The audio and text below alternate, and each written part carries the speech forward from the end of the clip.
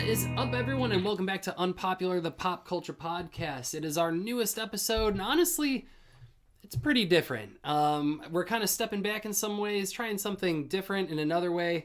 I don't know what I was thinking, but I let Nick pick what movie we were doing for this episode. And of course, after all of my complaining about Westerns on here, he's like, yeah, I'm going to pick a fucking Western. You know? And I mean, like... You gotta be on your toes, Larry, because between Nick and even me, you might catch yourself watching a Western. Catch myself in a pair of Spurs. You might, sir. I tell you, because once you have your first Western you really like, it's on after that. Well, this wasn't it for me, so... Anyway. No. It was a fine movie, but we were talking about the movie The Harder They Fall. It was just put on Netflix. I believe it was a 2021 release. And dude, it's... I got a little something, a little fuzzy floating on me. You're good. You got though. Embarrassing, unprofessional. Fucking fuzzies. But the Harder They Fall, it's on Netflix now, and this is a Western movie, but it's a black Western. It focuses primarily on African American characters, and it's got such an absolutely killer cast. That's the only thing that literally I was excited for walking into this, because obviously I looked it up, and I'm like, oh my god, it's got Idris Elba. Oh, it's got the guy from Lovecraft Country, and he's Kang the Conqueror. It's got Regina King, who's fucking amazing at everything. Beats. Yeah, Zazie Beetz. And so I was like, okay, I'm into it. So that's our movie we're talking about for the ticket booth, The Harder They Fall. I'm going to blab more about it in a second, because even though I wasn't 100% sold on the movie, there was a lot of cool things that I walked away with. So I will say that much. And since we lost another 2 subscribers, you know who you fucking are. Another 2? No, well, we're at 14 now. Yeah. It hurts. It hurts. It doesn't. I don't care. No, just kidding. But anyway, I figured, we haven't done the poll box in a while. Maybe we have some dissatisfied subscribers because we hadn't talked about comics in a while. So we're going to be going to the poll box, and we're going to be talking about another book in the One Bad Day series. We had covered Mr. Freeze One Bad Day already, which I thought was a pretty solid story. Very good, yeah. And we have One Bad Day Bane, which came out a couple weeks ago, but it's still relevant because One Bad Day is still being released. They had released Catwoman already after Bane, and I still haven't picked it up yet because I'm so broke, and I'm like, you know what? Catwoman can survive without my money for a couple weeks till I figure it out. Yeah, I'm sure she'll make it on her own. And James has a massive nerd boner for Bane as a character. So Bane's pretty awesome. Yeah, I'm like, I'm going to need his help because I really don't know shit about Bane. And I was just telling James before this, I'm like, my favorite Bane is the movie one. And not the cool one, but the luchador one. Bane! What other dumb shit does he say in that movie? Like... What do you mean in Batman and Robin? Yeah, in Batman and Robin. Oh God, I don't think he even talks in that. He grunts a lot, and that's about Bane. it. He does say Bane probably, right. But I mean, he was just played by Jeep Swenson, and like just the most massive man you could possibly do, and he was cast in the role exclusively for that and that only. Okay. So it is what it is. More power to him, man. So, and I think he died like not that long afterwards. Rest in peace. It was the venom. Yeah. Too much venom. Too much venom. But what I like about the One Bad Day Bane is that he's rocking his luchador outfit, and he's not the Bane from the movies. Right. He doesn't have the lobster mouth, or whatever the fuck that thing the fucking is. breeder mask. Yeah. And James, early before we even started, he's like, man, they get Bane a lot of shit. Blah, blah, blah. I'm like, I mean, I like that he's like very, like a tactical mastermind. Yeah, dude, he's a cunning brute. Right. And that's kind of like the whole idea. And I like that. People think that he's just some dumb musclehead, and he's not. Yeah. But hopefully, I think that we're going to dispel any Bane disbelievers with this book. Maybe a little bit. Or we will break them. I'm hoping to educate you and probably break you. Yeah, I'll break you. I have no problem with breaking you. So, look, you can't break any of our subscribers. We're dwindling every single week. We can't break another one. But if I don't break them, how will they know that they have to stay? I was born in the depths of YouTube. I've always had low subscribers. But anyway, before we fire off on everything, I want to do a quick recap, catch up with everyone. Quick BS, not like how I always say it's going to be quick and then we talk for 45 minutes, because I don't have a ton to talk about. But one thing I want to know is that we got our first look at Gaga as the Joker. Not as Harley Quinn, not as the Joker. In the Joker movie. Oh, dude, the internet would revolt. Be like, it's a woman as the Joker! Oh my god, dude. We never hear the end of it. Oh, dude. Yeah, Lady Joker? Yeah, they actually cast Zazie Beetz as the Joker. And the internet just sets on fire. Just ablaze, just Get everywhere. over it. With our 16 subscribers spreading the word of what's That's really happening. Well, I heard they were going to make Lizzo cast her as Ink in the Batman Beyond movie. Are we talking live action? Watch out for the big girls. Here comes Lizzo, and she's not Ink. I'm 100% about, body positivity and stuff. But Lizzo's not Ink. Quit fucking with my characters. I'm sorry, I'll die on that hill. Quit fucking with my characters. Yeah, it's... Did you guys hear that working out is considered fat-phobic? Oh, well. Well, then consider me a fatophobe, because I work out.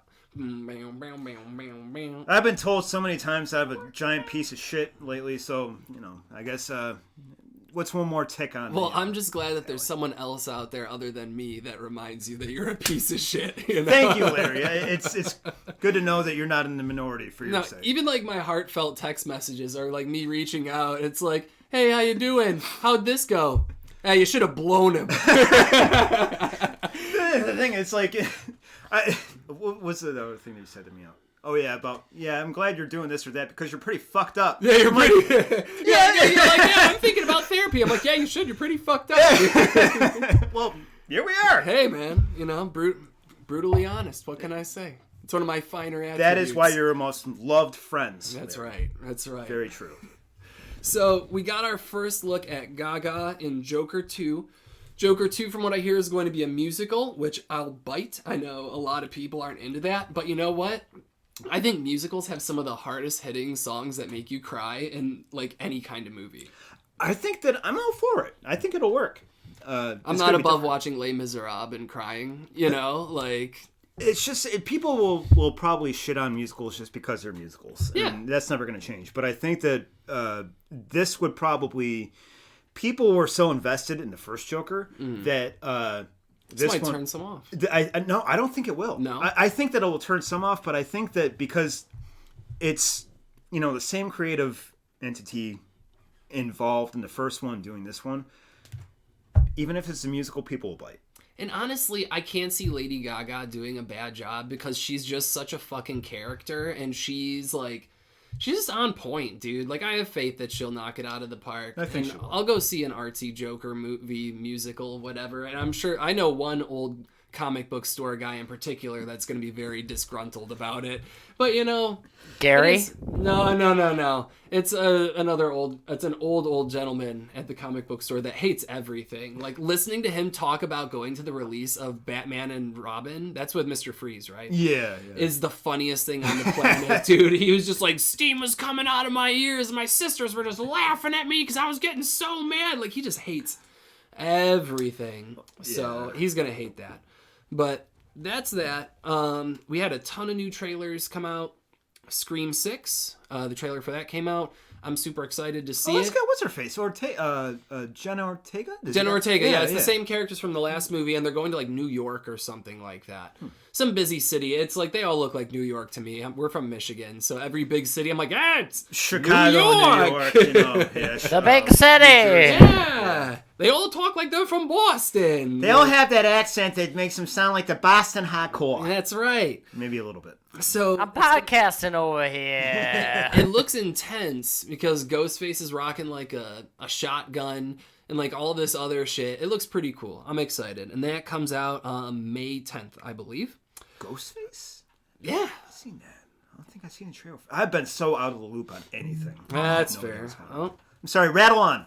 No, hang on. Someone needs my keys upstairs.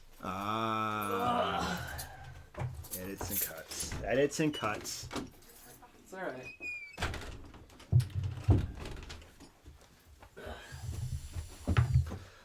Man, she is gonna get it later. Pissing me off. But yeah, it's next we have Guardians of the Galaxy 3, which we see Adam Warlock in the trailer, just our golden boy, and this is like a Rocket Raccoon origin story thrown in there too, which is it's different than the regular origin story because basically Rocket Raccoon was made on a planet by scientists to basically be a caregiver for people with mental handicaps.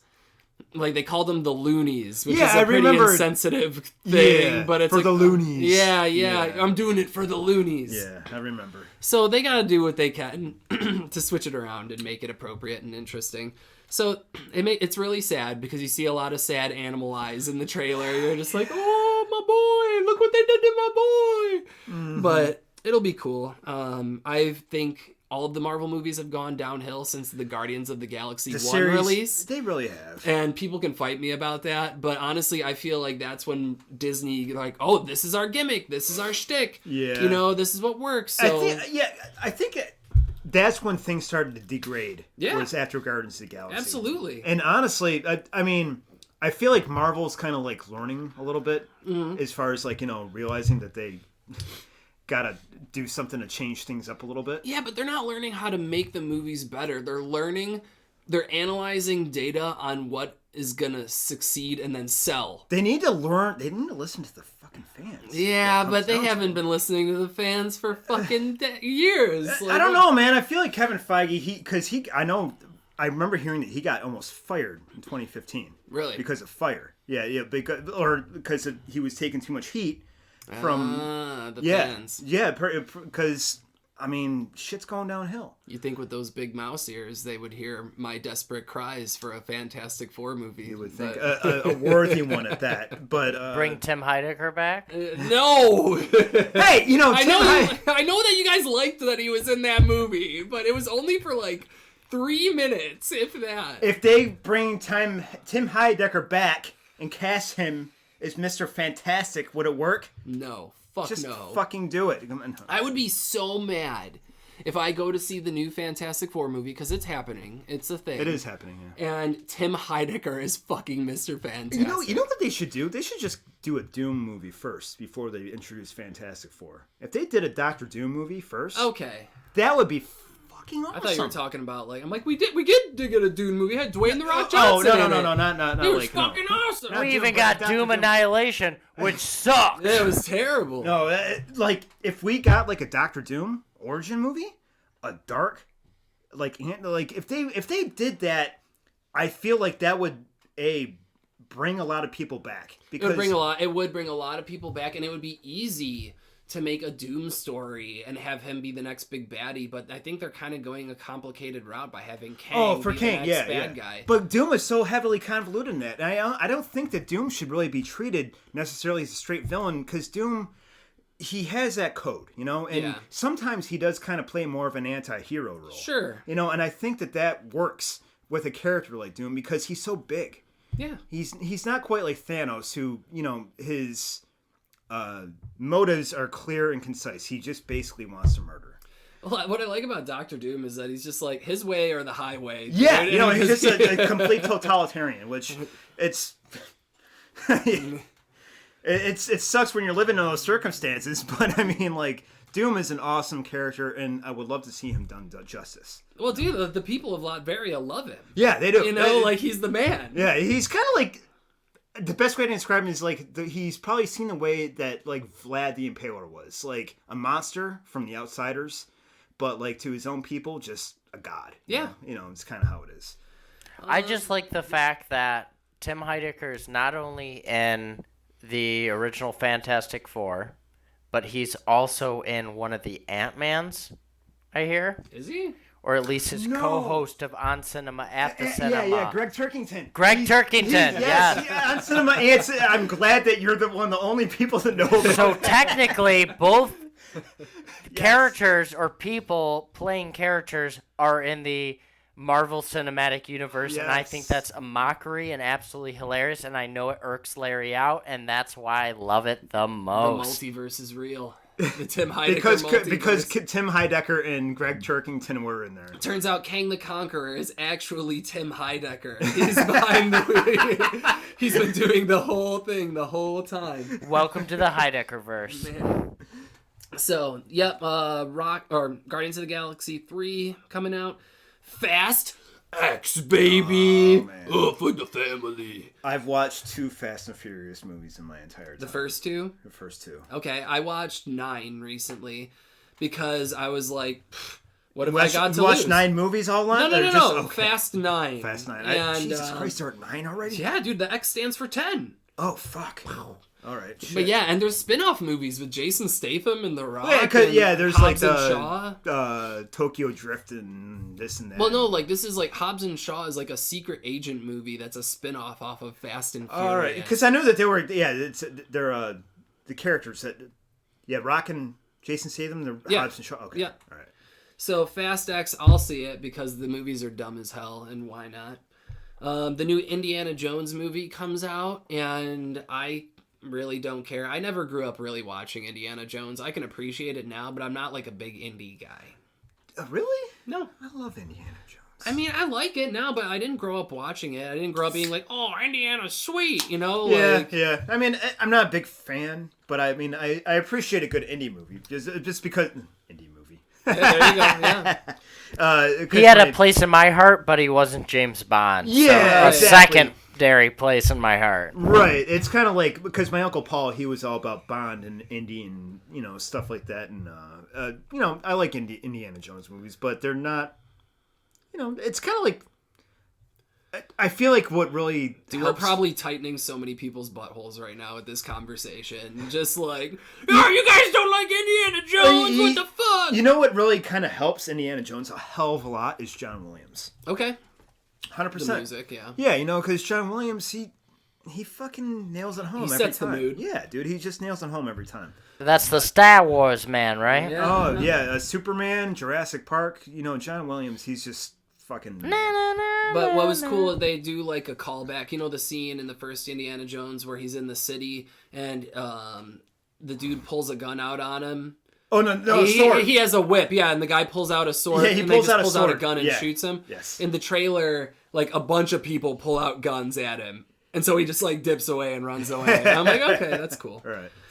The new Transformers Rise of the Beasts is coming out in June, which I'm super stoked for, which is the first Transformers movie I've been excited for in a very long time because Michael Bay crushed my soul from the get-go. Michael Bay will do that. Dude, my mom will tell the story about dropping me off to the midnight showing of the first Transformers movie. I was there with you. Oh, were you there with me? I was. Okay, and it's just like the disappointment, dude. You guys have a trauma bond? It wasn't. Misery whatever. loves company. And but the Transformers in this movie and in Bumblebee, they look like they're supposed to. Yes. Which is fucking all. That's all I want. Yeah, if I can just really. get 10 more minutes of footage of them looking like they're supposed to, I'm game. I love that they really kind of fixed the aesthetic. Yeah. 100%. Love it. And then the third Creed movie comes out in March 3rd, I'm sorry. And I want to see it because our dude, who's the main character in The Harder They Fall, is the new boxing opponent. And I haven't watched any of the Creed movies. I'm a huge Rocky fan, but when I'm like, oh, a Rocky movie that doesn't have Rocky in it. But Rocky is in the first Creed movie. I think he's his trainer, and then in the second one too. But yeah, I haven't seen any of them, and I gotta watch them because why not? And I really like that. I forget his name. I think it's Jonathan Majors. Yeah, John Majors. Jonathan, yeah, who's the main guy in The Harder They Fall. He's fucking awesome. He's great. So many good things. And when I saw that he was the antagonist boxer, I was like, sign me up. I'm game. Yeah, he's good. He's good. And then the last trailer that I want to talk about is The Flash, which is a movie that I just don't care about, but it's going to be fun because they saw that in Spider-Man, it was really successful in bringing in old people from other older superhero movies and bringing them into the timeline. It's fan service and all that stuff. Yeah, and but you know Michael what? Keaton's going to be Batman. Michael Keaton's Batman. I'm sorry, but everyone, I don't give a fuck. I don't give a fuck. Tell me. Christian Bale isn't Batman. What do you mean? Christian Bale isn't Batman. Neither is he. I mean, he's an okay Bruce Wayne, but he's definitely not Batman. Well, I think he's the worst part of those movies. He is. And frankly, Ben Affleck, he's okay. Val Kilmer, whatever. George Clooney.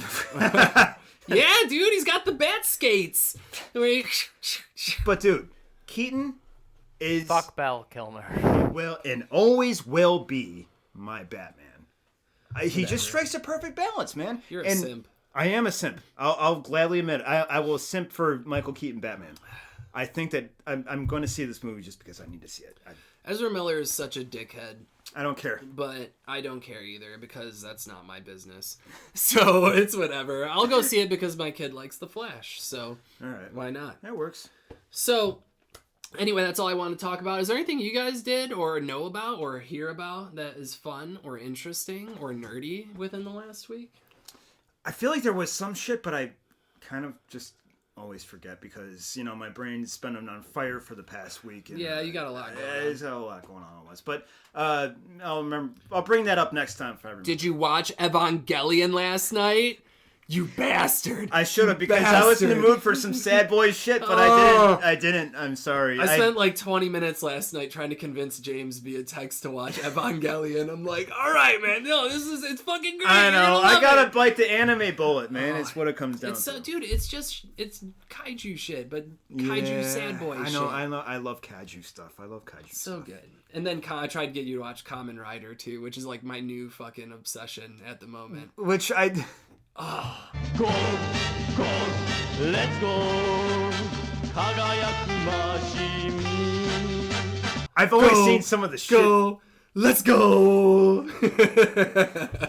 But I mean, that's one of those things too where I can probably get behind because it's a guy in fucking insect armor with riding a bike. It's so fun. All the bad guys, they all, for whatever reason, every single... So here's the basis for Kamen Rider, for people that aren't aware. So there's an evil organization called Shocker. It's a cult of evil Japanese scientists that have teamed up with the Nazis to turn people into cyborgs for their cyborg army. But you wouldn't know that they were cyborgs off the bat because they just look like a mixture of an animal person or a plant person. And every episode it's a different animal person, or the Scorpion Man, the Batman, blah, blah, blah, but they're cyborgs. Okay? Right. And Kamen Rider got captured by Shocker, or the dude got captured by Shocker, and they were going to turn him into the cyborg, and he escaped. And so, of course, it's his life mission now to stop Shocker as they try to find Nazi treasure or fucking whatever it is. And it's just so fun because, I think it's like Takeshi Hongo is the main character, and I think he looks a lot like one of our friends, Skozy. But a Japanese version. But he just takes everything so fucking seriously. Like, anytime someone's like, oh, I heard this is happening, it zooms in on his face, and he's just like... And there's just like a Dune-esque inner monologue of like, Shocker! It was Shocker behind this, like everything is too serious. But anyway, that's Kamen Rider. I fucking love it. It's great. I'll jump on board with these. Well, we're going to get a Shin Kamen Rider pretty soon. It comes out in Japan next month, so I will be prepared and... So much Shin. There's all the Shin. So much Shin. Shin deep. Shin deep. But yeah, Nick, anything on your end? You watch anything good? I feel like I told you about everything I've watched recently last week. I don't think there's been anything of note this week. My girl and I have just been watching X-Files reruns. We've been doing the same thing here. I was going to say, yeah, Tori said that she was watching X-Files. Watching X-Files with no lights on. It's great. It's great. What can I say? The bare naked ladies know what they're singing about. So, yeah, dude, I love the X-Files. But once we get out of season, like 1 or 2, and Scully loses her shoulder pads, it's like, what happened? I need those shoulder pads in my life. You really need. You need her to shoulder up. Wasn't the Preggers Scully that turned you off? Oh no! Oh well, dude, she was pregnant like on and off. I think in the first season or something like that. Like she was pregnant, and then she was because she was pregnant. Right. And then she wasn't, James. Yeah, fuck you. But the way you made it sound like she was, and then she was, and then she was again. Like intermittent pregnancy. Yeah, that's Too soon. Why would you even bring it up, James? I put it on. I got about 4 months pregnant, then I put it on standby Yeah. for a couple months. That wasn't for a minute, then it was again. Work was picking up, It's not a computer. You can't put it on sleep mode. But they did a very good job of shooting her like in a way that you could not see. You couldn't tell. Yeah. Yeah. Like, It was the you could shoulder tell the pads. way Yeah. Bane- Because you're looking up here, baby. Yeah. Your eyes are my eyes. My eyes are up here. The shoulder pads were just taking all of it. Well, all right. If no one's got anything, that's great because people don't want to listen to us jabber for all that long. Our retention rate is fucking through the floor over here, and we're in the basement. So. We're gonna start off fucking weak as shit, but we're gonna take over YouTube. No, this wasn't weak. I think this is good banter right here. But Oh you no, know I'm how just the talking about YouTube people are. our shitty subscribership with our two Oh, lamoids that just want to friggin' abandon us. you know what? I was going to say good banter. We haven't even brought up Gundam once this episode. We're trying to stick to it. So I would like to do the ticket booth first because that is going to need more attention, and we got the energy now, and I'm going to need your guys' help with this one because I did watch the movie twice, but it was like chopped up. You know, Okay. I watched the first half, and then I fell asleep, and then I watched the second half when I woke up, and then I watched it again the next day. And the second half is just the shoot 'em up. Yeah, If you separate it like in the middle, yeah, the absolutely. first hour's build up, the second hour is just like an action scene in slow motion. Yeah, absolutely. Yeah. So let's go to the ticket booth. Here we are at the booth buying tickets, even though it's on Netflix. So we are talking about The Harder They Fall from 2021. It's directed by James Samuel, and it's written by James Samuel. And I don't even know how to pronounce this guy's name. Is it Boaz Yakin or Boaz Yakin? Boazyakin. So I'm sorry, Boaz or Boaz, whatever your name is. Like, I'm butchering it. And it's about when an outlaw discovers that his enemy is being released from prison, he reunites with his gang to seek revenge. This is James Samuel's first time in the director's seat for a movie. And he's Seal's brother. I was talking to Nick about this. A Kiss from a Rose. Baby! Oh shit! It's Seal's brother. It's Seal's brother. I'm pretty sure I read that on IMDb. Wow, so it's, okay. Huh. It's got to be true. Huh. And but he's mostly just worked on the music department in most of the movies he's ever been in, and that's why. But this is his first directorial movie, wow. and I think I was talking to Way Nick more about this respect for yesterday. him now. We have very different feelings about the music. Yeah, well, it's like you can tell that it's his first directorial debut or whatever. In the same way that you can tell House of a Thousand Corpses was Rob Zombie's first directing, thing or whatever, and it's because a lot of shots in this movie are experimental and different and not safe. And you only really get that out of people that are like finally in the director's seat. They're like, now's my time. I can do whatever the fuck I want, man. So he's mostly, like I said, worked in the music department for most of the movies he's been on. And you can tell because this movie is very musical. Or music is the backbone of this movie. Not the backbone, but it's like definitely a big hunk of the flavor comes from the music in it. And I feel like the music of any Western should be a big chunk of the flavor because it's all dialogue and gaps or beats in the dialogue, and that's when you need those musical stings to come in and fill the silence. Yeah, because of the standoffs, Good and the Bad and the Ugly. Without the music intact, it's nothing. It's something, but it's not what it is without the music. Quick question. Absolutely. Out of the three of us, who's the good, who's the bad, who's the ugly? Ooh, yeah. I'd say I'm probably the good. Yeah, you think you're the I'm good? probably the good. Think you're the fucking good? I'm the fucking... I'm... I might be... I don't know. Am I the bad? I know James ain't ugly. Am I the bad? I don't know, because... Am I the ugly? I don't know. Maybe... I don't know. We'd have to... I can't be we'd have the to talk ugly. about this, because I feel like this goes to some deeper shit. You'd have to... See, I've been saying Nick is the ugly just based on his hat that he's wearing today. He's got the dustiest cowboy look out of all of us right now. So I'm not like that his appearance is ugly, but like No, actually, you know what? the vibe. I'd rather be bad than ugly. I just got a text from Tori upstairs. I that dress says, for "You are the not theme. ugly. Oh. Stop listening to us. I don't know, man. Like If you are, watch it live online. Give us a friggin' view. Mom, I'm recording a podcast down here. Damn it. I don't even know. Like, yeah, that's a deeper conversation we'd have to have for another. You know what? We'll let the subscribers decide. Subscribers, tell us. Of the three of us, who is the good and the bad and the ugly? That's right. So, Boaz Yakin has directed Remember the Titans and written the screenplay for Now You See Me and Prince of Persia, Sands of Time. One of those was okay, one of those was not. Okay, first of all, I hate sports movies, so I would never guess the same director was behind a sports movie, such as Remember the Titans. Sure. I'm sorry, but no thank you. And especially the dude doing Remember the Titans help writing this movie? But I'll tell you what, though, I did see Remember the Titans, and it was good. I did too. It was good. Yeah. It was a good movie. You know, Because you and me Denzel. like art, James. You know what? I just don't like sports. It's not against art. I don't either. But you know what's a weird thing about this? His name isn't Denzel. It's Denzel.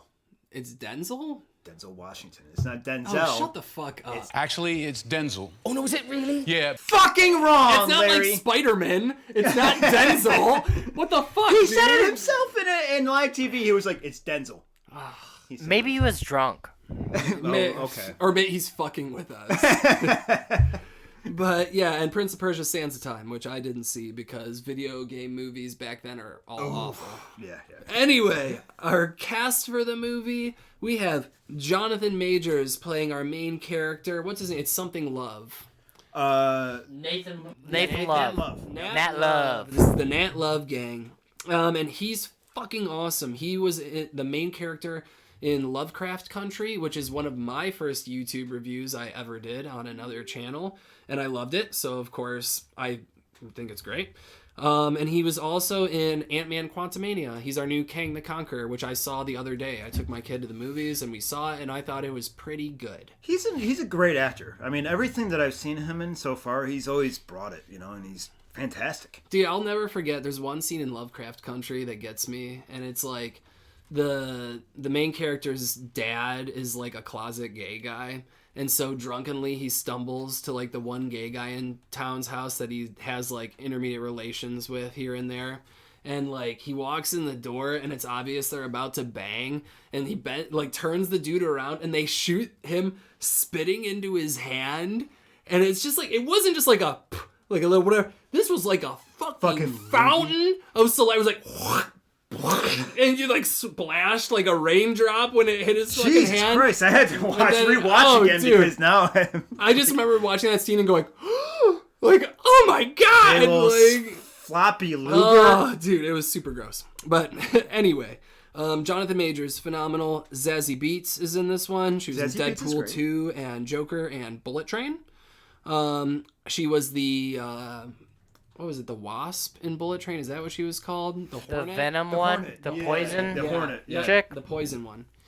And we have R.J. Seiler, I believe his name was. He was our new Blue Ranger in the Power Rangers reboot and was in the Swamp Thing series. Edie Gathegi, I believe that's how you pronounce his name, who is in X-Men First Class. He probably hates that I'm referring to that movie as the one thing. And Regina King, who I was most excited to see in this movie. She's from Friday. She does the voice of Huey and Riley Freeman on the Boondocks. She was in the Watchmen reboot on HBO recently. Was she Gertrude or Yeah, Trudy? she was Trudy, yeah. Terrible Trudy or Terrible whatever. Trudy, yeah. Fuck, my favorite character in the Treacherous whole Trudy. movie. Yeah. Or they make a joke about her having a couple different names Yeah, or whatever. yeah. And then we have Idris Elba, who's I put down fucking everything because he's in everything, and that's fine because I think he's fantastic. He's fucking great. You can't rock. Real quick before we dive into the guts, who's y'all favorite character? Oh, because that's the one redeeming thing about this movie for me is that all the characters were really cool. Indeed. I really like, it's either Terrible Trudy, Gertrude, whatever her name is, Regina King's character, or Cherokee Bill.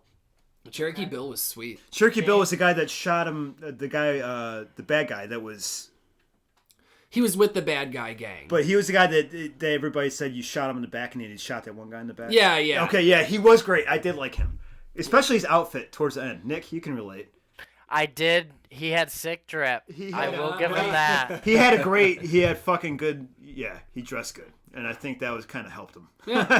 How about you, Nick? I thought all characters were absolutely fantastic. You normally in any movie you only have a few kind of cool characters. This movie, I felt like all the characters were very cool, had their own things going on.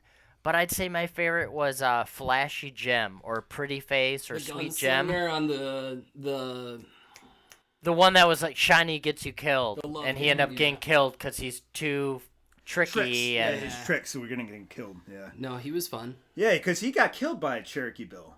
But there's a funny moment with him in the beginning. I was talking with Nick about this yesterday. Like when they stopped the Crimson Hood gang in the beginning, and he's talking to like one of the bad guys, and he's like, oh, fuck him.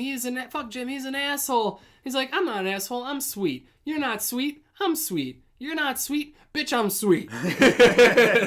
I'm like, oh, that's fun. Fun opening in the movie. or the whole like Crimson Hood gang, more like looking like the Pink Hood gang now. Yeah, it's like they pink now. Yeah. The motherfuckers are pink now. Yeah. How about you, James? Who was your favorite character? Cherokee Bill, man. Yeah. He was such a cutthroat, ruthless dude. And he's just smooth. He's smooth. Yeah. And I liked his outfit at the end. Yeah, With the blue fucking Yeah. squirt. It was just good, man. It He was got sharp. he got a fucking great character all around. Yeah. But I mean, all of them were fucking fantastic and well played. But he was kind of a bit of a stick out for me. Okay, that's fair. Like I said, it was either him or Trudy for me, Regina King's character. So, the plot of this movie, we're going to do it real quick because not a lot goes on in this movie. No, but but it's stretched out for 2 hours somehow. Yeah, it's a whole lot of build up and a whole lot of action. The plot of this movie, it starts out with it's Nat Love and his family. He's a child, and they're sitting around having dinner, and bad guys show up at the door. One of them's got a scorpion hand, and the other one we see... Do we see that it's Idris Elba? We don't see that it's Idris Elba, but Homeboy with the scorpion tattoo on his hand comes down, and he pins young Nat Love. Nat Love's shoulders down so he can't move. Right, and so... Go ahead. Also note that his dad is a preacher. I think. Yeah. And so like Idris Elba's character comes in and basically does his thing. And you know what's going to happen. He's coming to kill them, whatever, blah, blah, blah. And that's what he does. It's ugly. He shoots the dad. He shoots the mom. Then he shoots the dad. And then he takes out a razor and carves something into the little kid's head. And then we get our cut into the credits, I believe. Yes. And starts my main problem with this movie. I was talking with Nick about the music. Because I was prepared after all this time and letting Nick pick a fucking movie, and he said that it was a Western. I'm like, all right, I'm preparing myself for a fucking Western. You know, like a true blue Western. And it's cool, it's got these characters, and it's a black Western. But it's I like, not a... So the music starts, and it's all hip-hop, which is fine. I like hip-hop, I like rap, whatever. But it's like, it pulls me out of the movie. When I'm watching cowboys on horseback race across the plains and a song in the background's going, saddles, spurs, tumbleweed. Yeah. I'm like... You might as well have metal in there. Yeah, I mean, right. It's... And I think if they had an original score in this movie, it could have hit so much harder, because I looked at this movie almost like a League of Extraordinary Gentlemen.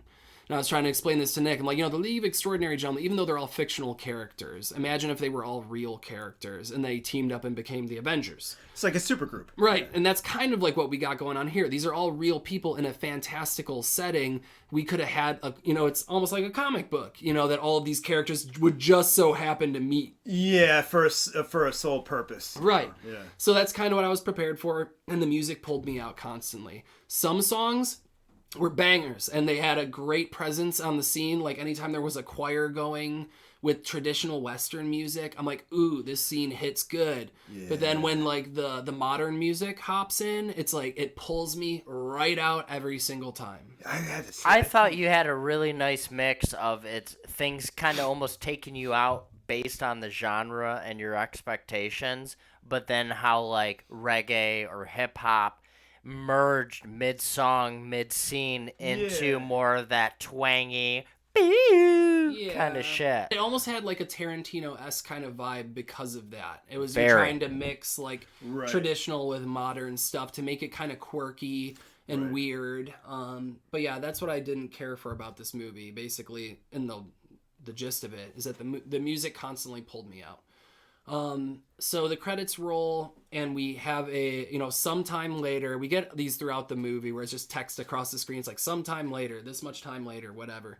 And Nat Love is grown up and he's found one of the people that was there when his parents died, the dude with the scorpion tattoo. He's waiting in the church for him. Yeah. Yeah, and he because he's become a man looking for a scorpion. yeah.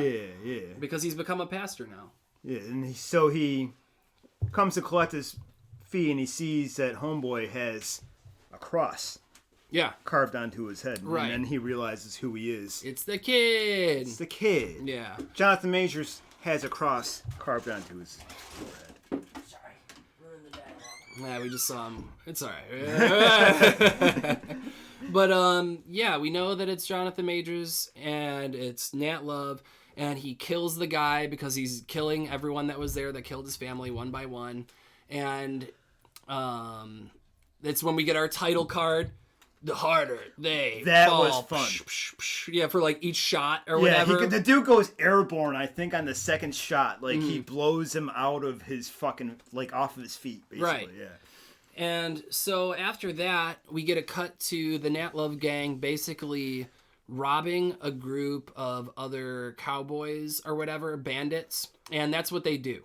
That's their thing. They don't rob banks. They rob people that rob banks. Right. And after it's all said and done, they find out that the money they stole is actually, what's the dude's name? Idris Elba's character. Rufus Buck is Rufus his name. Buck, They okay. find out it's Rufus Buck's money, and Rufus Buck is like the baddest baddie of the West. Everyone's afraid of him, as they should, because it's Idris Elba. That breakout scene. Oh yeah. So they find out it's his money, and that they're gonna regret it. And then we go to our next scene, which is a breakout scene, and that's where we see a train moving, and then we see the most badass fucking Regina King sitting on her horse right on the fucking Bad tracks. bitch. Oh, dude, what an awesome cut that is. If I could get that just as a picture and Yeah. frame it, it's fucking With her beautiful. on the tracks, yeah, that was great. And so she makes the train stop on the tracks, and this is Rufus Buck's gang, and they're basically breaking him out because he's in the last... The last car of the train. yeah. So when they get on there, like, it's filled with nothing but white people. So they just have all the contempt. They're just like, they go head all the way to the back and confront him. And my boy, Cherokee Bill makes short work of one of the soldiers by just slashing the shit. One of the scenes I loved right before that is they get to the last cart where the young soldier is, and he's like, look, you're going to put that gun down or we're going to shoot all these people. And Cherokee Bill is standing in the middle of the shot. Then all the arms sprawl out with the guns. Yes. So there's like 8 arms reaching out. It was fucking That was a great shot. awesome. Yeah. And so, yeah, they move on to the next cart, and Cherokee Bill is a smart dude. He weasels his way in by using the captain's son as a soldier, as a decoy, basically. And they get in there, they fuck everyone up, and they break out Rufus. And Rufus and his gang go back to the town that was kind of their, like, home base or whatever. And he reestablishes power, basically. And, God, do they... So Nat Love finds out, and he's like, oh, well, we're going to go kill Rufus Buck. He's the last guy on my list, So he gets his gang together to go get Rufus. And they get captured? I know that Stagecoach Mary, who's played by Zazie Beetz, awesome. who is Nat Love's love interest in this movie. She did a great job, too. She was awesome. Fucking great. Cool character. Awesome, great. She goes out to Redwood, which is where he's, The home posted up base and- of the yeah. bad guy gang. and to kind of get the lay of the land, but she gets captured. Right. So obviously, homeboy who got chased out with the gold teeth. that was holding the spot before. Idris Yeah, Elba got he back? basically kind of he's basically running the place before Idris Elba or He was just a stand-in. Yeah, he was a yeah. stand-in and he got kicked out and he's upset about it. So he Yeah, teams up with the Nat Love gang to like help them or whatever. And the operation it's not the smoothest. No, it's not the smoothest, but they find out like Nat Love goes in there and he's talking to Rufus Buck. They finally confront each other and he's like, "You're gonna, if you want Stagecoach Mary back, you're gonna have to give me the money back that you owe me, and then an additional 10,000. You're gonna have to go rob a bank and bring it back, and we'll all be good." And he gives him the razor, to which that he used to cut the cross into his forehead. Right. It's kind of like a little keepsake, I guess. Right. Yeah. A weird keepsake, but Yeah, I mean, I would be pretty pissed off if my friggin'... oh, you're an asshole. Yeah. What a So dick. then the only way to raise that money is they need to rob a bank. Yeah. So they go to a white town. Right, And and for it the says- first time in yeah. the movie, it looks like a traditional Western. Right. But well, even drabber. Everything is mayonnaise white. Everything's mayonnaise white as fuck. see, I thought it was not drab. I thought it was brighter intentionally. Yeah, see, You know, like everything was like, oh, this is the white town. Yeah. You know, like It was- everything's glowing. Yeah, almost. it was very like antiseptic. Right. Like it was completely colorless. bleached. Sterile. Right. Yeah. Because you look at Red Town, everything is popping with color. Yeah. Like it was like pinks and blues and Right. shit like that. Red Rich would be colors. popping. Even says like when they first show the exterior shot of the town, it says like the name. It's of a the town. white town. Yeah, it's a white town. Yeah, and it's yeah. all in white text. Yeah. You know. So the artistic decision was definitely in play there as well. Right. With the color scheme. Which is like one of the things I love about this movie is like It I was a said, fun gag. Yeah. It's just like little stuff like that breaks up the Western aspect of it that make it fun. While still keeping it almost even reverting back to a more traditional form of Western. Sure. Because most cowboys were black. Yeah. Well, it's the whole point of this movie. I saw in like the IMDb facts. It's like the whole point of this movie is that like 1 in every 4 cowboys was black, and they wanted to represent that basically. And so they rob this bank, and they get the money, and they make this plan. You know, right? They're going to give the money back to Rufus, but they have something up their sleeve. And we get to basically the second half of the movie, which is, as Nick says, a Shootout. long, drawn-out An shootout. action scene mad in about it. slow motion. Action scene in slow motion. So they basically set it up like they're going to give Rufus the money, and then they blow it up in his face as like a big fuck you. And then the big fight happens. We see Stagecoach fighting Trudy. We see the guy, he's like their sniper up on the rooftops popping people. The gunslinger guy, what's his name? It was Nick's favorite character. Pretty Face Jim. Pretty Face Jim Pretty Face Jim, yeah. goes up to fight Cherokee Bill, and then Cherokee Bill does some shitty shit and kills him. Cherokee Bill's such an asshole. Just some disrespectful shit. Yeah.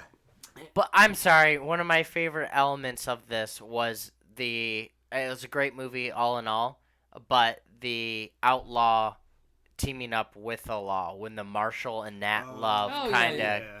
come together. Yeah. That was cool. Taking down a common enemy. Who was that guy? Who was the actor who played that Marshal? He's awesome too, and he's been on a lot of fucking shit.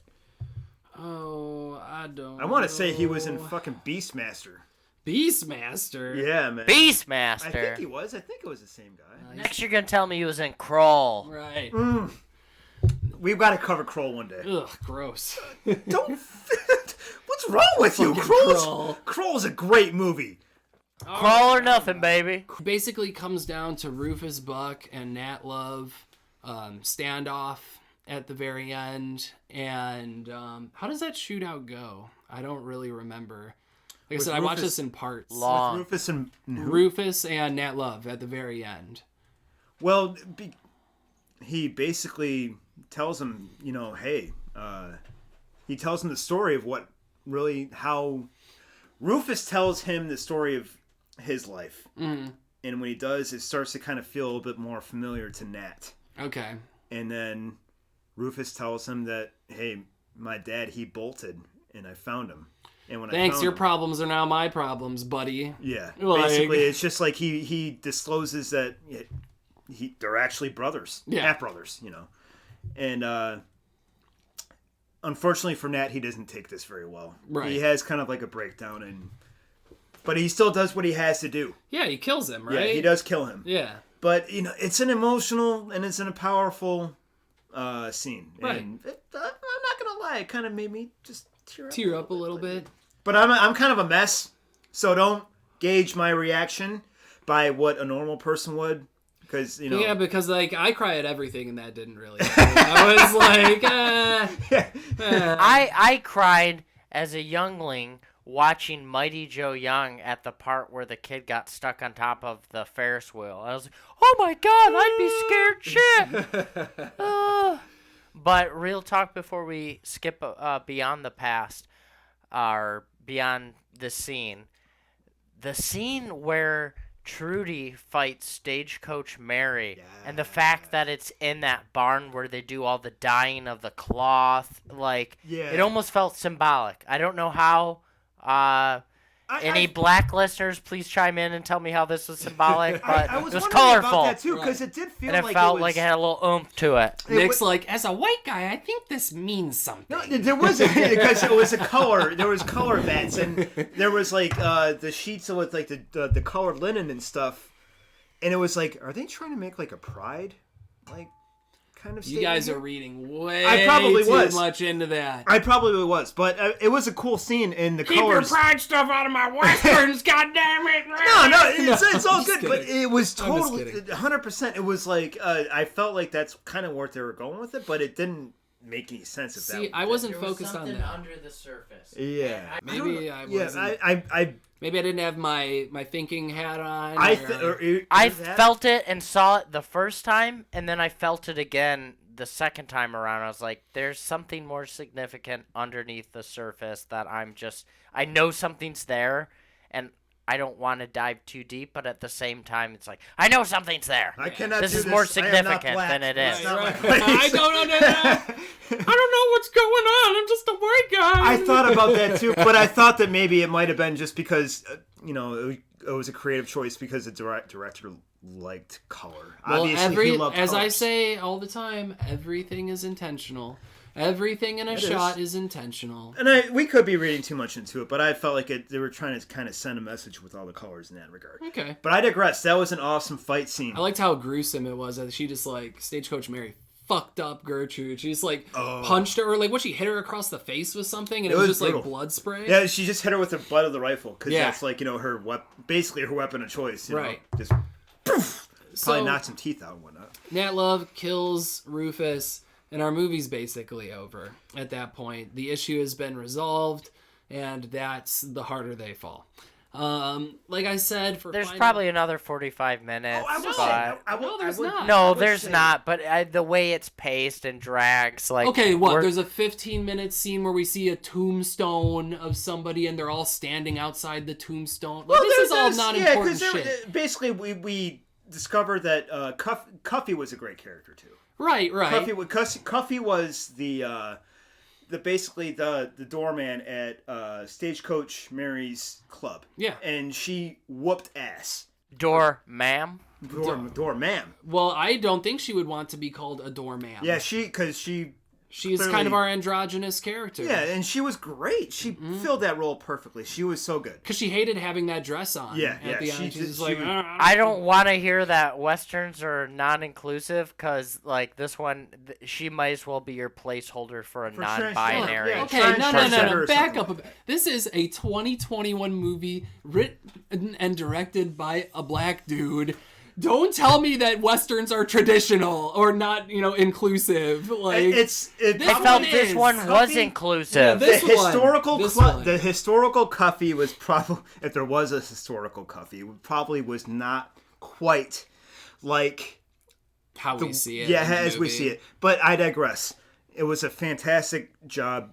That actress that played her was great, and her overall performance is awesome. But she had an important little bit at the very end with the send off. And she became a sheriff. Yeah, basically said that she was leaving that life behind and all that stuff. You guys are talking to me like I cut out the last 40 minutes of the movie, and now you're literally clawing at more content like there was more of the movie. So much of this shit but wait, because so much of the movie is kind of empty. Yeah, I mean, not. It's either people sitting in a saloon talking, or it's a shootout. It's a lot of dialogue. It's very Tarantino, like you said, Tarantino. It's a lot of dialogue and all that. But I felt like it still followed the traditional Western template, It did, 100%. Sure. I'll agree with that. which is either talks on the prairie, talks on the cliffside, or talks in the saloon. And it's always broken up with a musical sting or hashtag shots fired. Yeah. Fair. Yeah. So, final thoughts for me on this one. I enjoyed the movie. Like I said, the music pulled me out. I would have enjoyed it more if there was just like an original Western score. But that's just me. You know, I was going into this being like, oh, I'm going to watch a Western. Okay. And it was like not necessarily what I was preparing myself for. Yeah, it's definitely a much more modern Western. Yeah. It had a little bit of like It was quirky. It was Yeah. like there was too much modern stuff thrown in there for me. But I liked it's obviously not the most historically accurate right. retelling of a Western story, but it was fantastic and entertaining. Look, The if I music- want accuracy on black culture, I'll just watch Black Panther Wakanda Forever, okay? That's where I get my information from, you know? And I'm pretty sure that's culturally accurate. Pretty sure, yeah. It doesn't get much more than that. I will say that as far as the music was concerned, I share that kind of sentiment, but there were some standouts. Yeah. Like CeeLo Green's fucking song towards the end. I think it was like the Black Skin Mile. Okay. When Cherokee Bill got shot. Is that the sequel to The Green Mile? No. Well, boys, we still got more Westerns to watch. If Larry needs a traditional Western, I want to set him up with Once Upon a Time in the West Okay. as the quintessential Western of all traditional Westerns. Look, you guys, I was gonna go with Good and the Bad and the Ugly, but I can go with that. I tried putting The Good, Bad, and the Ugly on the other day, and the streaming was fucked up, so I wouldn't play it. So that was my shot. Yeah. I tried doing it.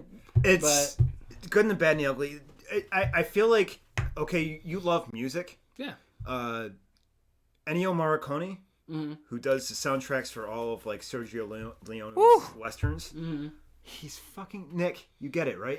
His music makes the movies, and he also scored Once Upon a Time in the West, and like there's almost a whistly harmonica anthem that takes you through the whole movie. His music is on a whole nother level, man. And he did the soundtrack for The Thing.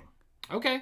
So if you can get behind that, he's just on a completely different level. And if you can, once you watch one of the movies that he scored, one of the westerns, you're like, okay, I get it. All right. Westerns are, Larry, you're not wrong. Westerns are slow. They're boring. They're a dusty, long, slow burn. But haul. there's something there, man. There's something there, and the music is like it makes up for the beats that dialogue is not present. All right.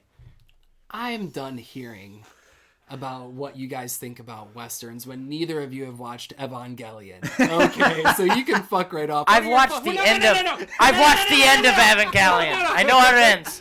No! I think it's beautiful. No! That's like me watching No Time to Die first. It ain't right. I did it, but it ain't right. What are your guys' final thoughts on this movie? I'll give it probably a B+. Okay. It wasn't my favorite, but it was very entertaining. It had a lot of moments that was like, okay, it has great characters. That's the thing for me. It's got cool characters. Great characters, and the story was okay. Yeah. But I mean, there's not much there. I explained it without even looking at anything. Some of the music was hit or miss. But overall, yeah, probably B+. Okay. How about you, Nick? I thought it was, if we're going with an academic score, I'd go A- to B+. You guys are killing Excellent modern Western, and I felt like the modern music made it more appealing for a more modern audience. Although I do understand why it took you out, but I thought they did a good job of blending the traditional with like the new style. You're giving this an A- as a movie? Yeah. As an everyday movie? I liked it. This I is thought- C+ material. Well, okay, but I mean, I'm classifying it not as a movie, but as a Western movie specifically. I'm grading it in genre. There's old men that are rolling over in their graves. And just as a movie, this is a rookie movie. This is an amateur movie. And I take that into consideration, and I think that even with that, I hold it in higher regard than, say, House of a Thousand Corpses, which is also a rookie movie. But it doesn't hold up as well, I would feel like. Well, yeah, House of a Thousand Corpses doesn't hold up well. No, I love House, but it's more for a new age, like e-girl goth community. Exactly, it's a kid movie, basically. Well, it was great for us when we were young in the early 2000s, excluding James because he's old as fuck. I'm old as I can't believe you guys are giving this score or such a high score. Like I said, to me, this is C+ material as a movie, just because it's very amateur-y. It is amateur-y, but he did his homework. Because amateur, as much as you want to talk, he knew where to follow the tropes of Western cinematography, and he added to it. But it's not hard. It's... Okay. You absorb enough of any genre, and no, it's not hard. We could make a garbage sci-fi. Let's get Lance Henriksen on the phone. Let's get Klaus What's that Tom Nomi. Cruise Oh, wait. sci-fi movie? We need... Nick, what's that Tom Cruise sci-fi movie with the robot suits? I know what you're talking Oblivion? about. Edge of Tomorrow. Edge of Tomorrow. That's like saying Edge of Tomorrow is an A- sci-fi movie. Okay. I'll give it We're comparing it to... There is so many Westerns, and even though I don't like them, that are in like the top 100 greatest films of all time. I would say that Edge of Tomorrow, for entertainment value, for sci-fi spectacle, and just what I expect out of a sci-fi movie, I give Edge of Tomorrow a C+, but with a hard plus. It's still a plus. There's no harder plus. It's just a plus. It's mid C+, B-. It's not great, but it checks all the boxes, and sometimes that's all you need. You guys need to be stricter. You guys need to be more pessimistic about everything. We need to be uglier? Is that what you're saying? I need to get meaner co-hosts on this show. I think we found I don't want to be considered the ugly. Please make it. I'll be good. I'll be bad, but don't make me ugly. You see this hair? I'll be the ugly. This hair? This is not ugly. Well, your hat's inside out, so yeah, you look like an idiot right now, James. But it's got a nice umber That gradient. earned you the ugly. Nice umber. Yeah. It's I'm not ugly anymore, Larry. Yeah, well, He's got umber on his side. So that's our final thoughts on The Harder They Fall. Like I said, it is on Netflix now. It is a 2021 release. Even though I talked shit about it for the majority of this review, I think it's still worth a watch. It was fun. I'm just nitpicking. And if you're listening to these two guys, you're going to get your hopes up and then you're disappointed. No, I'm just kidding. I'm totally joking. I think it's probably worthy of a B+ B if you're not in I think B. I mean... If we could get every one of my ex-girlfriends in the chat or leave a comment right now, I think they would agree with you, Larry, that I'm just signing them up for disappointment. So, anyway, that's moving on from the ticket booth. We're going to be talking about Bane, One Bad Day in the pull box very shortly. Yeah, I'm excited. So, let's get to the pull box. So, this week at the pull box, we have a lot going on. I wanted to talk about some new releases that weren't in my pull box, but still new and interesting. Marvel's been doing a string of Planet of the Apes variant covers, which are all really fun, and they've been continuing to do that. I saw the Moon Knight one for that. No, okay. Okay, yeah, 100%. Which, I'm a huge Planet of the Apes fan. Love it. I'll take it. Not going to buy them. But I still think they're cool and fun anyway. Nightcrawler's #1 comes out, and this is Marvel's new thing in their X universe, which I can't believe they're still doing. I didn't, but I saw what they're doing with Kurt. Like, basically, there's all kinds of different versions of Nightcrawler. Yeah, like Mr. Sinister, like, cooked them all up, basically, and they're like a whole squad of Nightcrawlers, but with other X-Men, like, blended in and stuff. Right. So that'll be okay, I'm sure.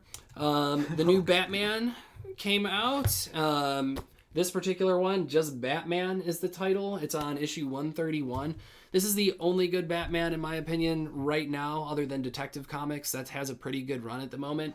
But there's like 13 different Batman series out right now. And honestly, this one's the one worth reading. Is there a Beyond? Because if not, I don't care. Nope, not a Beyond. Not at least in right now. No, not no. I don't think so. Terry McGinnis is not in the titles at the moment. I know James would be the real one to ask on that. Hey. You'd be surprised, dude. I'm so on the down and out with anything. I'm offended, comics-wise. and we're moving on. Marvel voices Wakanda Forever. It's Black History Month, so Marvel's putting out a special issue for Black History Month focusing on the Black Panther and all the characters in Wakanda. So there's that. And then I grabbed a copy because I'm a sucker for the Archie horror stuff. Betty Final Girl just came out this week, #1. And for anyone that's not familiar, the Archie has a whole spin-off universe called Archie Horror. It's where, God, I forget the Afterlife with Archie came from, where zombies take over Riverdale. There's Jughead the Hunger, where Jughead's a werewolf. There's Vampironica, where Veronica is a vampire. And then Betty comes from a long line. She's either like the descendant of Van Helsing, or just she comes from a long line of monster hunters, basically. Okay. So And I'm assuming... Oh, go ahead. I apologize. Normally I wouldn't speak on this portion, but Sabrina was originally an Archie character, correct? Correct. And her she has a universe run. is tied into Spooky Archer? Yeah, well, the Riverdale, Sabrina, the- Archie. That's all. The shitty Netflix Sabrina series is based off the comic books from the Archie horror universe, but Oh, it's okay, done no so shit. much worse. Well, Then- yeah. I mean, I heard that the Sabrina series is kind of taken. Well, like Afterlife with Archie starts out with Sabrina. The reason the zombies come back is because Sabrina is trying to bring back Jughead's dog from the dead. Jughead's dog died, and he's real sad about it. So she tries to bring him back from the dead, but her aunts find out that she's practicing necromancy, basically, or that spell to bring, something back from the dead, which is not allowed. And they lock her away for like 3,000 years for doing such a thing. But in the process, the spell goes wrong and brings back everyone from the as dead. things will do when you fuck around with necromancy. Exactly. I found out the hard way myself. There you go. One It's last something cut ever in. since. Yeah. If garbage, but it was fun. If you do watch the Sabrina series, the only reason worth watching the Sabrina series is for Dorcas. Dorcas. Oh, Dorcas, the fucking witch. I remember seeing her. All right, hearing her name. The hot I'll one. forget a name like Dorcas. The hot one. I don't remember. But You I do. liked the first season. You do. I thought the first season was good, but then it was like, You do. I stopped watching when Sabrina looked into the camera and said, "We're going to hell to rescue my boyfriend." I was like, all right, I'm signing off. Like, here we go. But yeah, I'm sure that's going to be good. I don't know who the killer is or what the monster is, but I'm sure it'll be interesting because all of the Archie horror stuff is good.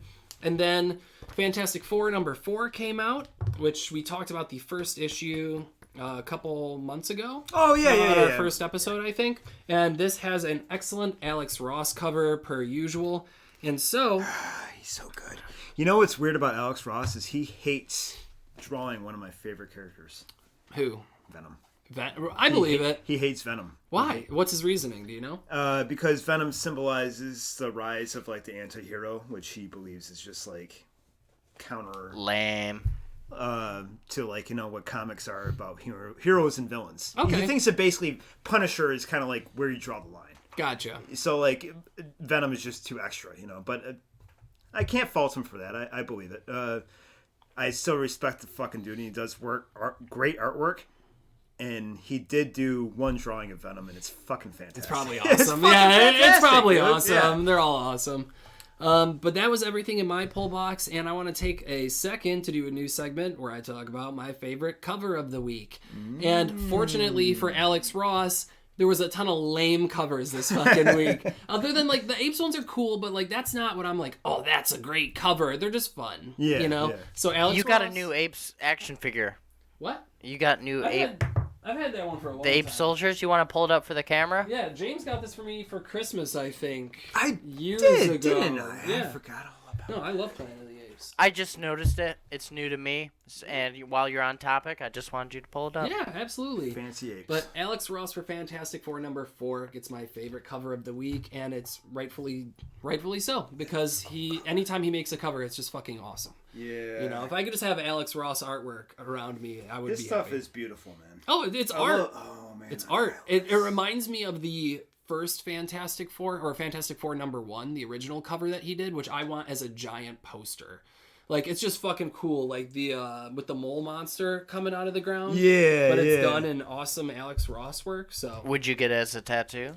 No, that's too much going on. I would need to find, like, such a great artist to do that. When are you getting a tattoo? Huh? When are you getting a tattoo? Probably never. Probably never. Yeah. You're not gonna. I can't decide. Commitment and. If I haven't gotten one at this point, No. like. I can't see you ever getting a tattoo, to be honest. No. It's not. No, I remember one of our friends growing up, and I thought the greatest tattoo idea, he wanted to get the Green Lantern's ring tattooed around his cock. And I'm like, that's pretty awesome. But like, BB! Yeah, and he couldn't find a tattoo shop around that would do it or something like that. But I'm like, okay, that's cool. But anyway, we're going to move on to our book and discussion today, and that is a continuation of the One Bad Day series with Bane, One Bad Day. We got a really cool cover. All of these have had really cool covers, except for Catwoman, One Bad Day, whatever reason. She didn't get a cool one. But I think the front and the back are slick. And this is written by Joshua Williamson, who's worked on the current Batman that I just said is the good one. The Flash, Deathstroke, DC's Uncharted series that they did, and fucking tons more. This guy has so much on his roster, basically, for work that he's done. And for the art, we have Howard Porter, who's done The Flash. Anytime, like a majority of the work with Williamson, these two have paired up with each other. And he did Scooby Apocalypse, which is a fun run of DC comics that came out that were Hanna-Barbera crossovers. And Justice League 3000 and Batman Beyond Unlimited. You're welcome. Whew, yeah. So, the plot of this book, I'm going to give it a rundown here because these people have a way better description than I do. A past, present, and future destroyed by Venom. Bane broke the bat. Bane broke the bat. He's one of the only villains to ever truly vanquish the Dark Knight, but is that all he's ever accomplished? Decades from now, Bane is a washed-up wrestler reliving his glory days in the ring, defeating someone dressed like Batman every day.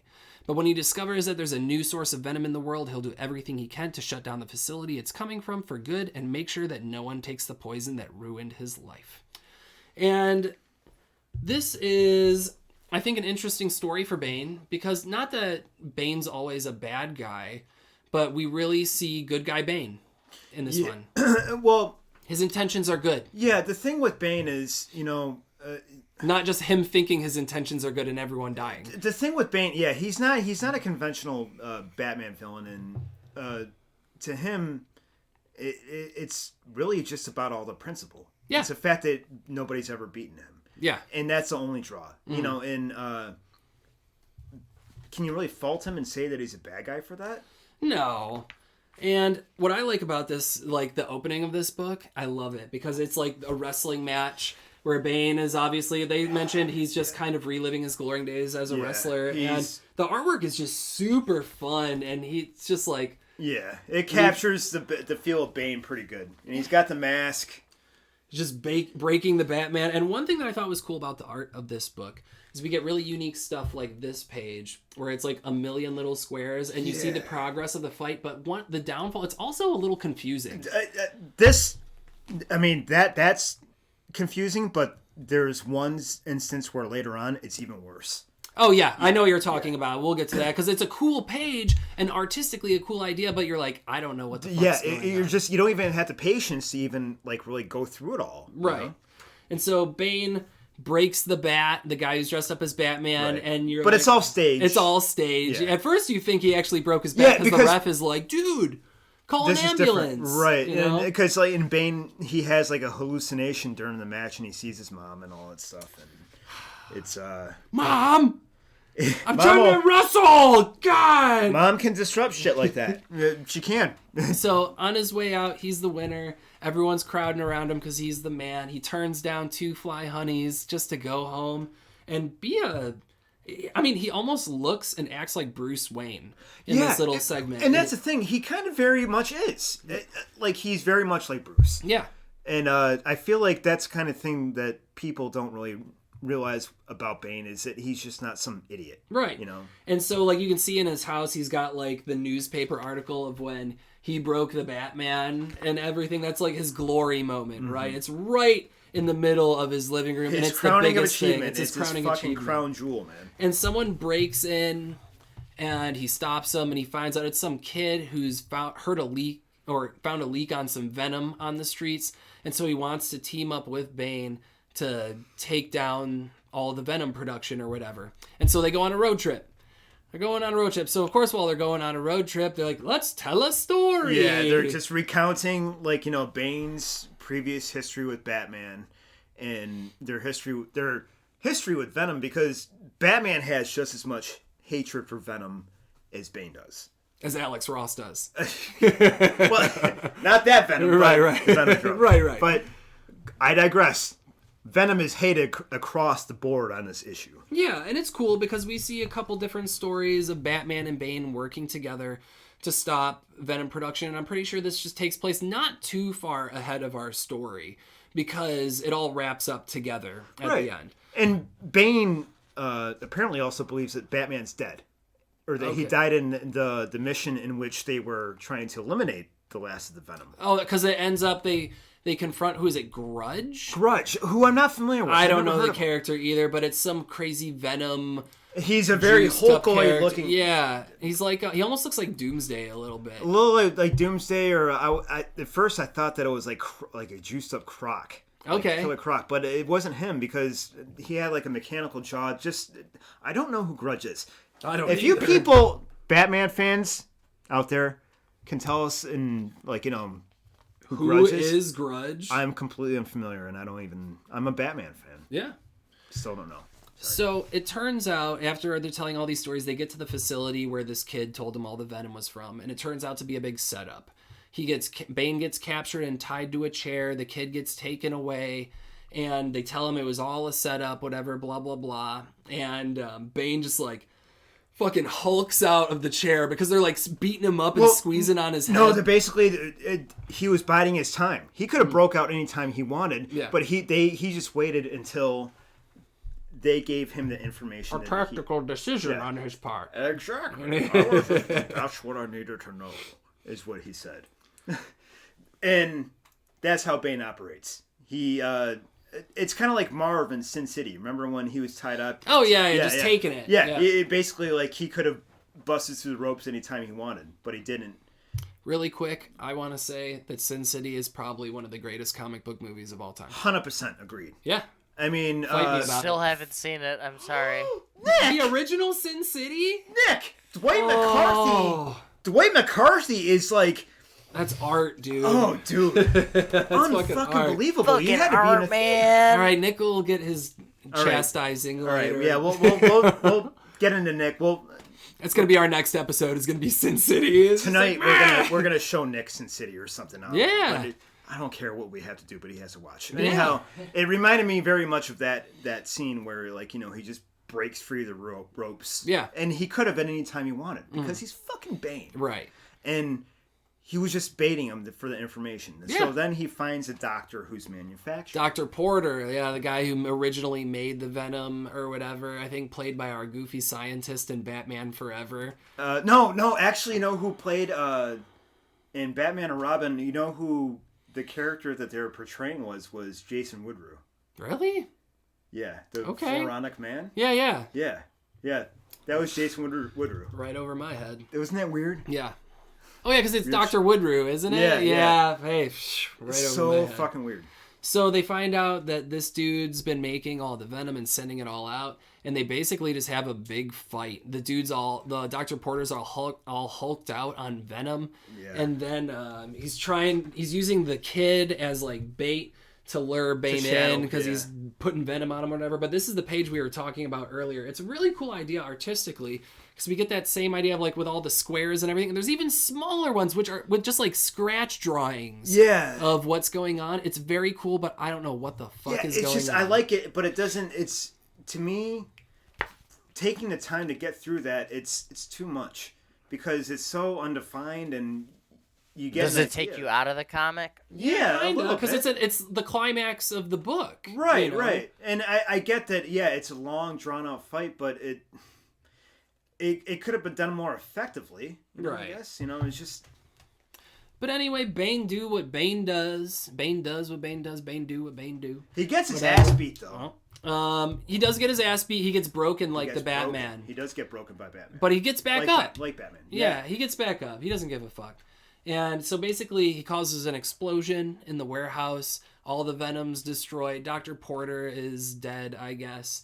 And we get a cut of Bane after that. He rescues the kid. They get out of there, but now Bane's in a hospital bed.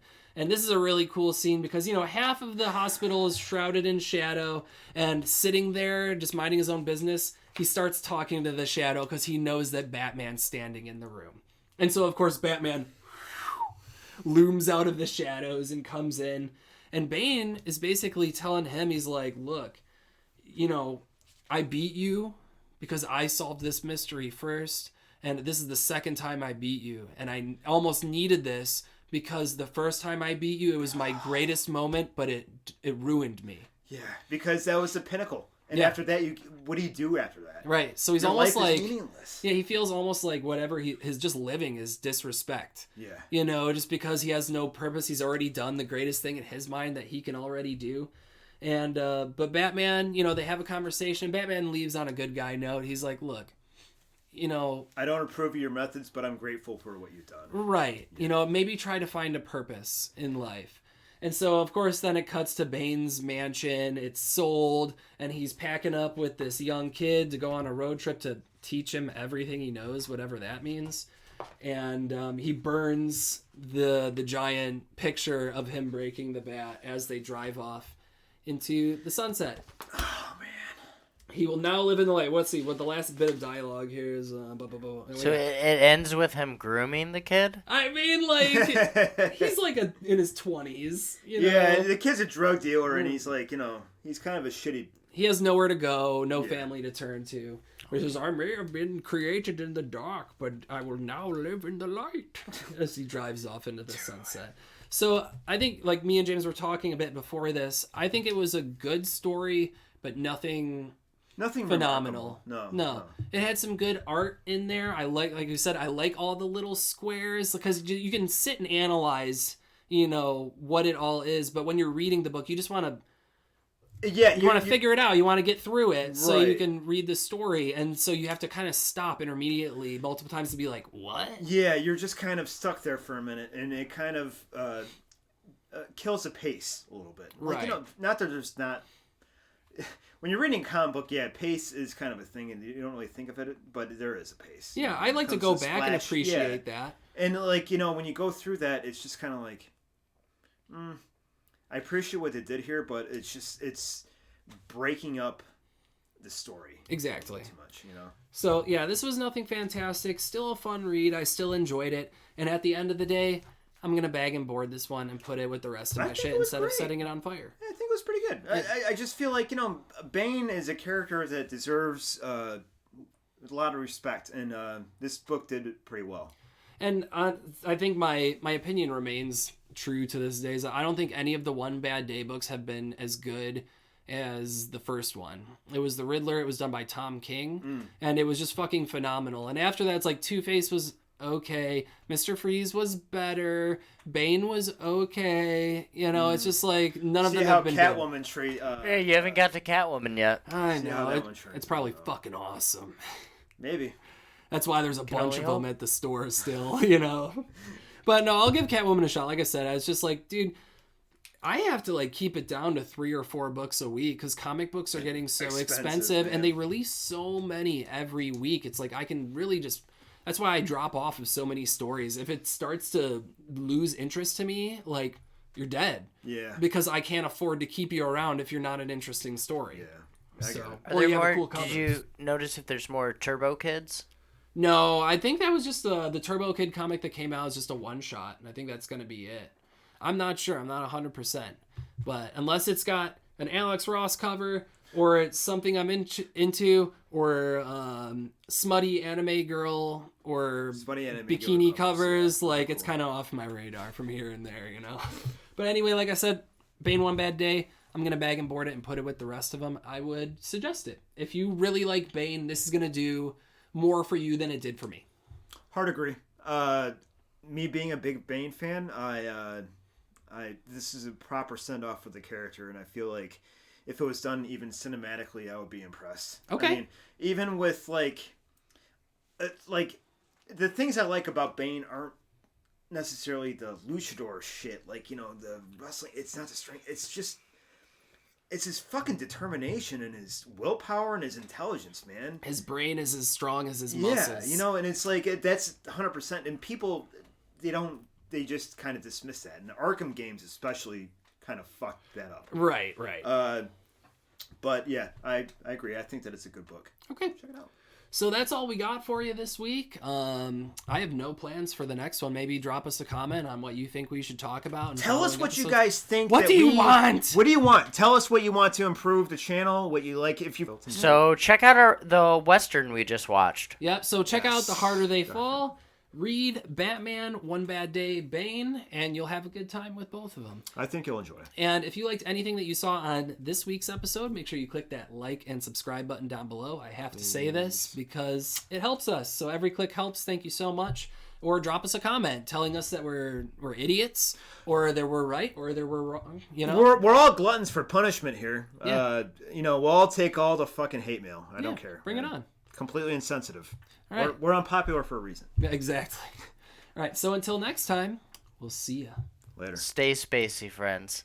And check out Nightmare Fuel Streaming. Still doing Airlock Shock and Tape Tomb. Yeah, let's plug our other YouTube channel, Nightmare Fuel Streaming. Check it out if you like horror and shameless sci-fi movies. self-promotion. That's right. Shameless self-promotion. Nothing wrong with it. Nightmare Fuel Streaming. I know it's a hard name, but you can find It's a mouthful. You can love figure you. it out. We truly do. See you on the next one.